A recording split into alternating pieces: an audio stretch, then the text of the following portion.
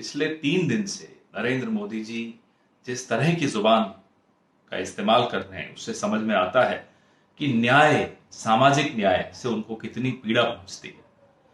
बात जो हमारे मैनिफेस्टो में कही या जो भारत जोड़ो न्याय यात्रा के दौरान जो बातें निकल कर आई, जो संवाद निकल कर आया, या भारत जोड़ो यात्रा के दौरान जो संवाद निकल कर आया, सामाजिक न्याय की अब आवश्यकता और ज्यादा क्यों है? क्योंकि पिछले 10 साल की जो नीतियां थी, उन नीतियों की वजह से जो दलित लोग हैं, जो हमारे आदिवासी भाई बहन हैं, वो कितना और पिछड़ गए पिछले 10 साल में। वो आपको कुछ आंकड़ों से ही मालूम पड़ जाएगा कि अगर 70% जो हिंदुस्तान है उसकी कुल मिलाकर जो धन संपदा है वो सिर्फ 22 लोगों के हाथ में हो, तो आप समझ लीजिए कि किस तरह की नीतियां रही हैं पिछले 10 साल में।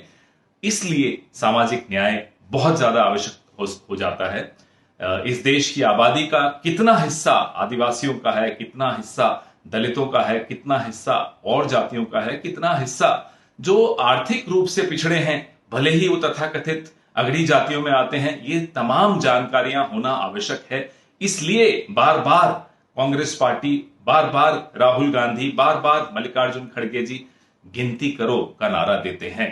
नरेंद्र मोदी इस नारे से बहुत डरते हैं, और जब गिनती करो से डरते हैं तो हिंदू मुस्लिम करते हैं।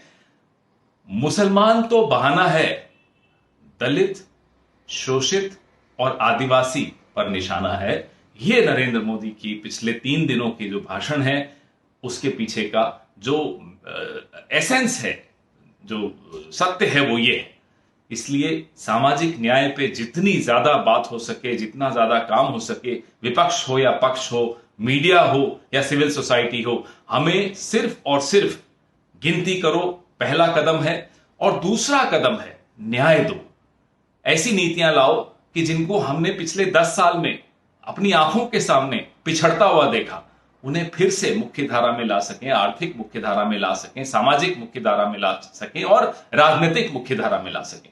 इसमें मुझे नहीं लगता किसी को भी, जो भी संविधान को समझता है, जो भी इस देश को आगे देखना चाहता है, उसमें से किसी को भी कोई आपत्ति होगी। जय हिंद।